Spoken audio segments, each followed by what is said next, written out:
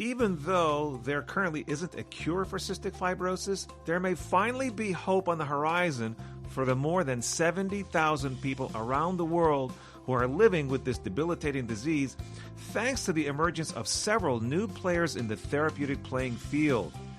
And what those options are and how they can help these patients will be the focus of today's discussion. Welcome to Clinicians Roundtable on ReachMD. I'm Dr. Paul Dogramji, and here with me to talk about recent advances in cystic fibrosis is Dr. Gregory Sawicki, Director at the Cystic Fibrosis Center and Assistant Professor of Pediatrics at Harvard Medical School. Thanks for joining us today, Dr. Sawicki. Thanks for having me. Excellent. So, Dr. Sawicki, before we dive into those exciting updates, can you tell us a bit about how cystic fibrosis has traditionally been treated? Sure. So as you mentioned, we really are in a place where there are new and emerging therapies that will really change the landscape and how we as pulmonologists practice with our patients with cystic fibrosis. Up until a few years ago, really what we were doing with our patients was paying close attention to the symptoms and comorbidities that are associated with CF. CF is traditionally thought of as primarily a pulmonary or airway disease in which mucus is quite thick and infections and chronic inflammation result from that thick mucus.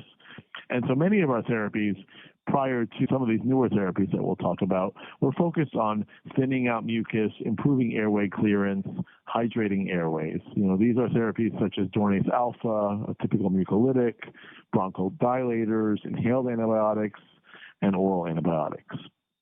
In addition, as CF clinicians, we spend a lot of time thinking about infections and use a lot of antibiotics, both in terms of in-hospital or outpatient. And so the mainstay of therapy really is focused on these downstream effects that result from having thick mucus that is present in the CF airway. Now that we have that base knowledge, let's take a look at where we are. What are some of the new treatment options that have been introduced within the last few years, Greg? Great. So the major class of medications that has been introduced are so-called CFTR modulators. And this terminology comes from the fact that the basic genetic defect that underlies cystic fibrosis is a faulty protein, which is called CFTR. CFTR is a chloride channel that is present in epithelial cells, present in the sinuses, in the airways, in the intestinal tract, in the pancreatic duct, in the biliary tract, and the sweat glands primarily. And dysfunction in the CFTR protein leads to chloride imbalance, which leads to thick mucus throughout the body, not just in the lungs, but also in the GI tract. And these so-called CFTR modulators were identified a few decades ago and then brought through clinical trials to help improve the function of the CFTR protein. The first of these was approved in 2012, and this was called Kalydeco or ivacaftor, which is a generic name. And this was identified and studied in a very small subgroup of people with CF with very particular CFTR mutations, those that encompass only about 3 to 4% of our population. And when this drug was first studied over a decade ago, it was found to improve the function of the CFTR protein, improve lung function, improve symptoms, and improve weight. However, it was only available for a very small subset of the CF population. The most common CFTR mutation is something called delta F508, and this is a mutation in which about 50% of our population in the U.S. has 2 copies of this mutation leading to CF, and about 80% has at least 1 copy of this mutation. In this mutation, the CFTR protein is dysfunctional because it doesn't make its way to the cell surface. And so Vertex Pharmaceuticals, which helped develop and study these CFTR modulators that are now available, has now studied several different compounds that have become approved over the last several years to help patients with the delta F508 mutation, either in 2 copies or 1 copy. So the first was something called Orkambi or Lumacaftor ivacaftor. This was first approved in 2015 for people with 2 copies of the delta F508 mutation. These studies showed really only a modest benefit in lung function of about 3% to 4% improvement after 1 year of therapy, but it was a step in the right direction. This was followed by a medication called tezacaftor ivacaftor, also the trade name is called Symdeko. This was approved in 2017 for people with 2 copies of the Delta F508 mutation, as well as some other more rare mutations. Again, from an efficacy perspective, this drug had about a 3 to 4% improvement in lung function over 1 year, but did have some fewer side effects than lumacaftor, ivacaftor, the first modulator approved. But all of this led to the basis of what's now the newest medication that was approved this past fall. It's so-called triple combination CFTR modulator therapy. And this is a combination of 3 compounds, ivacaftor, tezacaftor, and something called alexacaftor. And the trade name is Trikafta here in the United States. This was approved now for people with either 1 or 2 copies of the Delta F508 mutation. So it far broadens the indication that was present for the prior therapies. So now upwards of 80 to 85% of people living with CF in the United States who are 12 and above are now eligible to receive this medication.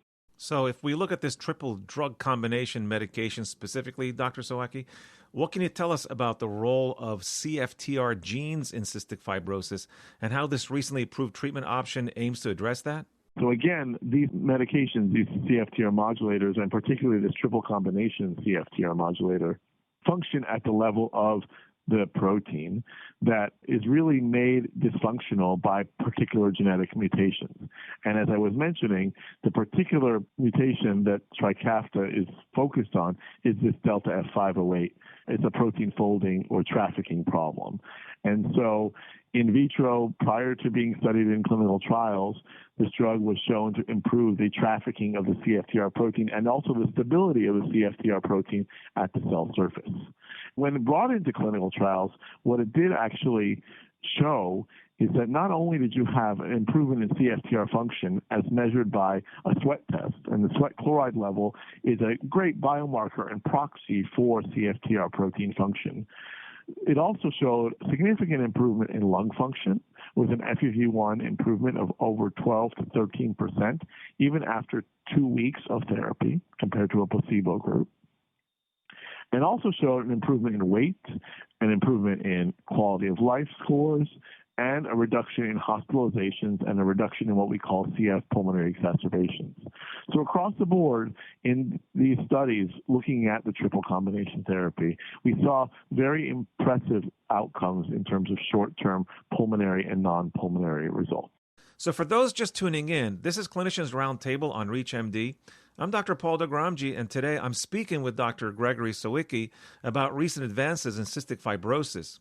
So, Greg, now that we've covered the latest additions to the treatment landscape, I'd like to take a look a little bit about the big picture. Obviously, these advancements are great for our patients with cystic fibrosis, but from your perspective, what are some gaps in the care that still exist? So, for instance, do we have treatment options for all patients who are diagnosed with cystic fibrosis or only select patient groups? So that's a really important question because the population of people living with cystic fibrosis in the United States and across the world has been rapidly changing, mostly for the good in that people have been surviving for much longer, even before the advent of some of these therapies.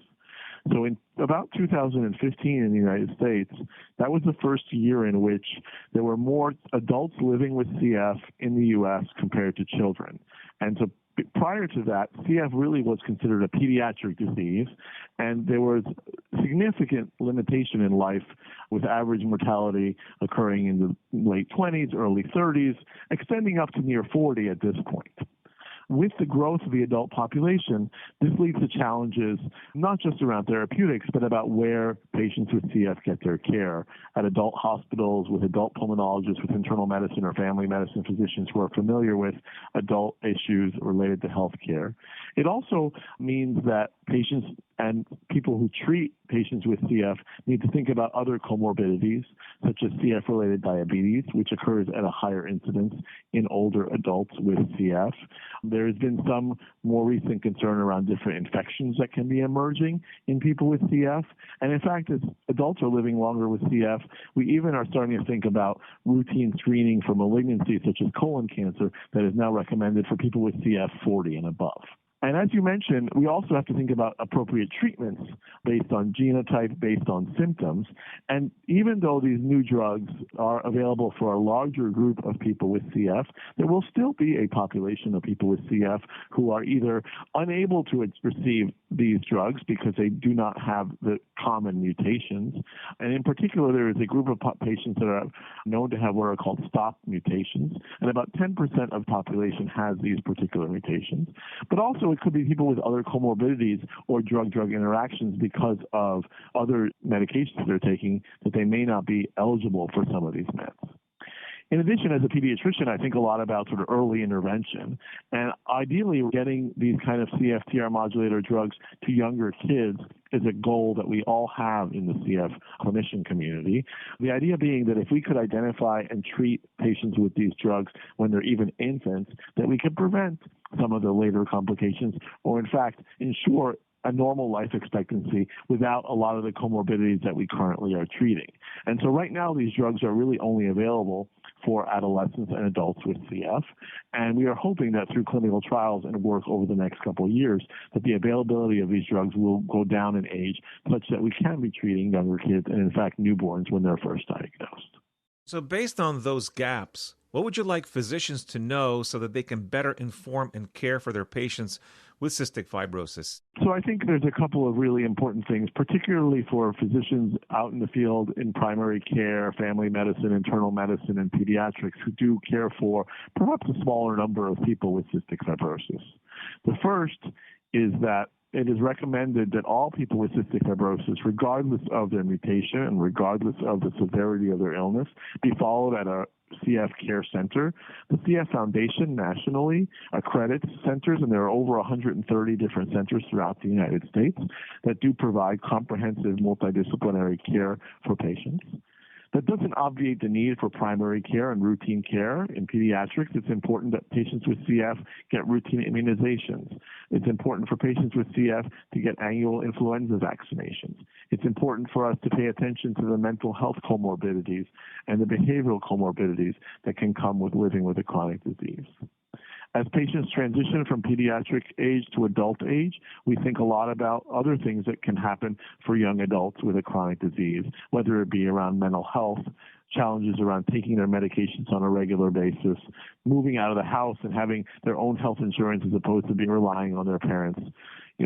Establishing primary care, which is important for young adults and older adults.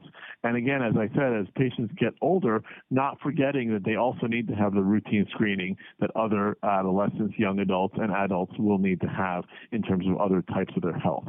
And so it's important that I think primary care physicians of all sorts who take care of people with CF develop a partnership with a CF care program in their area to make sure that all of these screening tests are done either by the CF program or by the primary care clinicians themselves. So before we wrap up, Dr. Sawicki, although there isn't a cure for cystic fibrosis, are you hopeful that there will be within the near future? So that's a really excellent question, and it's one that is asked of me not just by my colleagues, but by patients and families that I care for as well. You're absolutely right that these new advances and these new therapies are not cures, but they're a step in that direction in that they will likely improve longevity, improve life expectancy, even in the background of needing to take other therapies.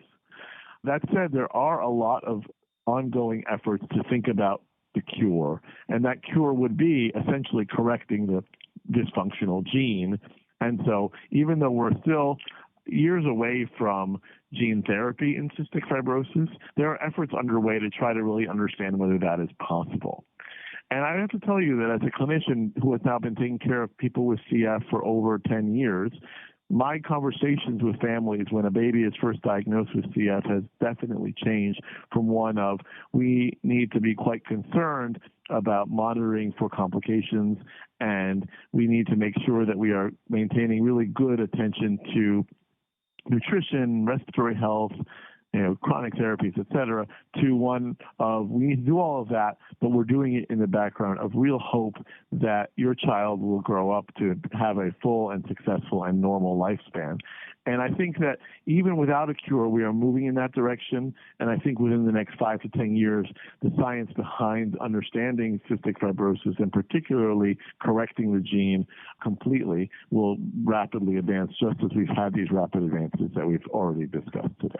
Considering the far-reaching impacts of this debilitating disease, it's great knowing that there are finally some treatment options we can offer our patients and even the potential for a cure in the future. So I'd like to thank you, Dr. Gregory Sawicki, for joining me to get us up to date on those advances. It was great speaking with you today, Dr. Sawicki. Thank you very much. It was a pleasure. And I'm Dr. Paul Dogramji. You've been listening to Clinicians Roundtable on ReachMD. To access this episode and others in this series, visit reachmd.com/clinicians roundtable, where you can be part of the knowledge. Thanks for listening.